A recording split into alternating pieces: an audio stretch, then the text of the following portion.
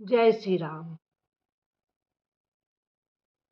आज मैं रामायण का महत्व के बारे में बोलूंगी। मृत्यु लोक के दुखी और संतप्त लोगों के उद्धार के लिए संत तुलसीदास जी ने अपने लेखनी से उसी प्रकार रामायण का अवतरण किया। किस प्रकार अपने पुरखों के उद्धार के लिए भागीरथ ने स्वर्ग से गंगा का अवतारित किया था। गंगा को पृथ्वी पर लाने के लिए भागीरथ ने कठोर तप किया, जबकि राम कृपा से श्री तुलसीदास जी के हृदय से रामायण सहज ही प्रभावित हो उठी। रामायण में कठिनता और कठोरता का लेस मात्र नहीं है। इसलिए कलयुग में रामायण को मुक्ति और भुक्ति का सबसे सरल साधन विद्वान संतजनों ने स्वीकारा है।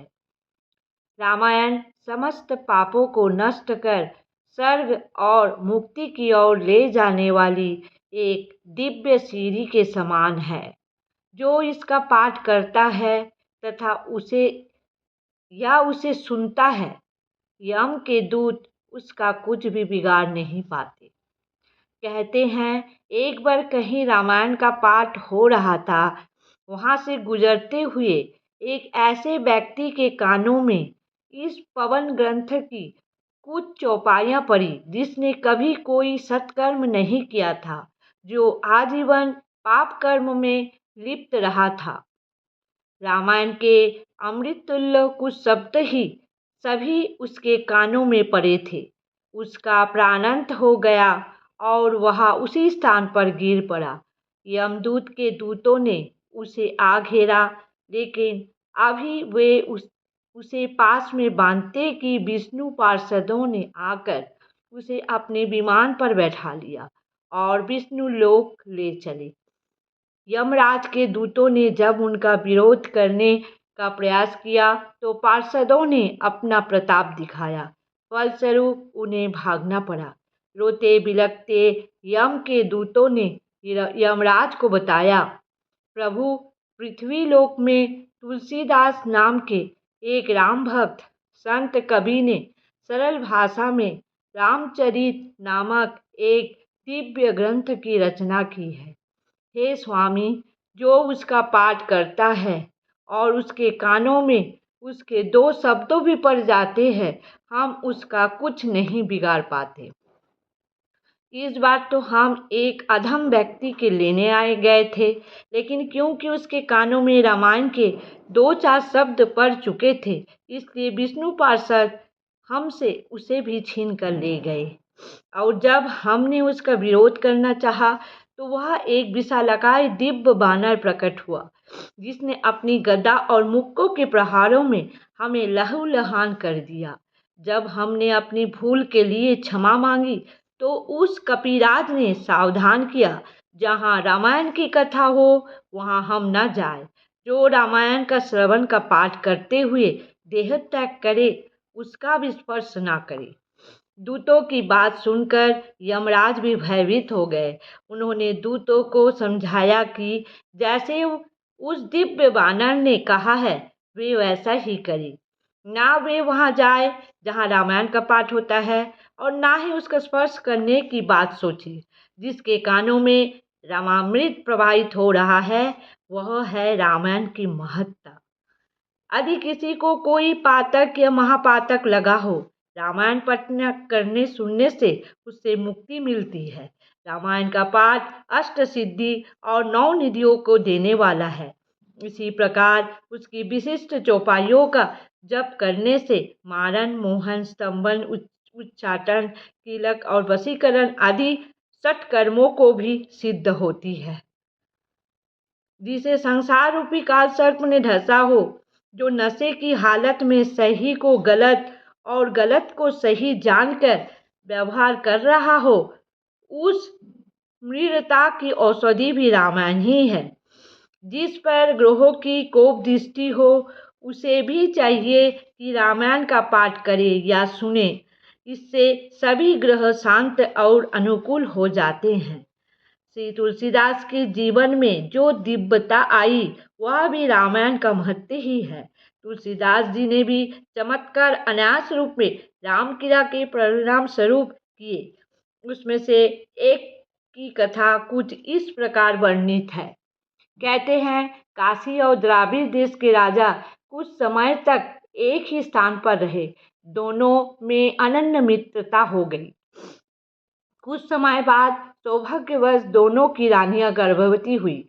बात बात में दोनों ने निश्चय किया कि यदि दोनों में से किसी एक के यहाँ पुत्र और दूसरे के यहाँ पुत्री हुई, दोनों मित्रता को, रिश्तों को संबंधियों के रूप में बदल देंगे। इसी दिन निश्चय के बाद रवि देश के राजा अपनी महारानी से कहा, यदि उससे वहाँ पुत्र नहीं हुआ तो वह अपने प्राण त्याग देगा। महारानी अपने पति के हठी स्वभाव को भाली भांति जानती थी।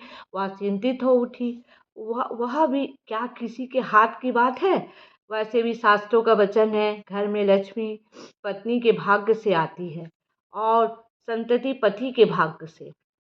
अवधि समाप्त होने पर दोनों महारानियां माता बनी। काशी के महाराज कन्या को पाकर अत्यंत प्रसन्न हुए, लेकिन द्राविड़ देश के महाराजा ने की चेतावनी दी हुई थी, इसलिए अनर्थ ही आशंका से महारानी ने सत्य को छिपा लिया।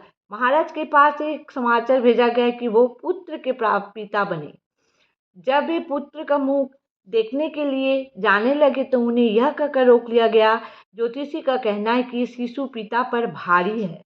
विवाह से पूर्व उसका मुंह पिता ना देखे, अनिष्ट हो सकता है। इस बात को गुप्त रखने के लिए महारानी ने सेवक सेविकाओं का धन मान आदि द्वारा सम्मान तो किया ही, उन्हें यह भी समझाया कि इस भेद को खुलते ही सबके प्रिय राजा ने उसका सदा सदा के लिए वियोग हो जाएगा, क्योंकि अपने हठ और अपमान के कारण वो आत्महत्या कर लेंगे। समय आने पर काशी नरेश ने द्राविड़ देश के राजा के लिए वचन को याद दिलाते हुए संदेश भेजा। द्राविड़ नरेश ने अपने वचन का पालन करते हुए उसे स्वीकार कर लिया।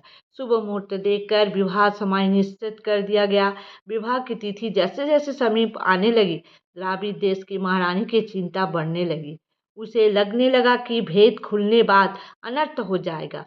महारानी की चारों ओर अंधकार और कालिमा दिखाई देने लगी। एकाएक राम कृपा से उसके मन में गोस्वामी तुलसीदास का नाम कौंधा। तुलसीदास की महिमा उसने सुनी हुई थी। उसने सोचा, जब कोई आशा की किरण ना हो, ऐसे में श्रद्धापूर्वक यदि भगवान को शरण किया जाए तो वो अवश्य राह दिखाते। संत भी तो उन्हीं की प्रतिनिधि है, बल्कि देखने में तो वह आया है। जो काम भगवान नहीं कर पाते उसे वक्त अनायास साथ लेते हैं। द्राविड़ देश की महारानी तुलसीदास की कुटिया पर पहुंच गई और उसने अपनी सारी व्यथा कथा संत चरणों में कह सुनाई। उसकी आंखों से अश्रुधारा बह रही थी। उसने प्रार्थना करते हुए, भगवान, मैं यह मानती हूँ कि असत्य भाषण नहीं करना चाहिए था, लेकिन उस समय मेरे पास उसके अलावा और कोई चारा भी नहीं था। स्त्री के लिए उसके पति से श्रेष्ठ और क्या हो सकता है। अपनी भूल को स्वीकारते हुए मैं आपसे निवेदन करती हूँ कि आप मेरे लाज रखें। तुलसीदास कुछ समय तक गंभीर रहे। फिर उन्होंने इस दुखियारी महारानी से कहा, तुमने अपनी भूल को स्वीकार किया है। तुम राम पर विश्वास करके राम भक्त के पास आई हो, इसलिए तुम्हारी विपदा का अंत अवश्य ही होगा। इसके बाद श्री तुलसीदास ने द्राविड़ कुमारी को कुमार के वस्त्र पहनाकर राम कथा सुनने को कहा। विधि विधान के साथ श्री रामायण का नवाहो पारायण रखा गया। पारायण समाप्त होने पर अद्भुत घटित हुआ। सुविदित जैसे ही श्री तुलसीदास कुमार वेशधारी राजकुमार के सिर पर हाथ रखा, वह चौपाई परी मंत्र महामणि विषय ब्याल की बेठत कठिन कुआं भाल की, वह राजकुमार बन गया। आई विपदा टल गई। निश्चित मुहूर्त में राजकुमार का काशी की राजकुमारी से पानी ग्रहण संस्कार हुआ। जय राम जी। रामायण का पाठ से क्या महत्व है ये आप समझ पाए। रामायण पाठ मन से करने से आपकी बहुत सी विपदा टल जाएगी। जय श्री राम।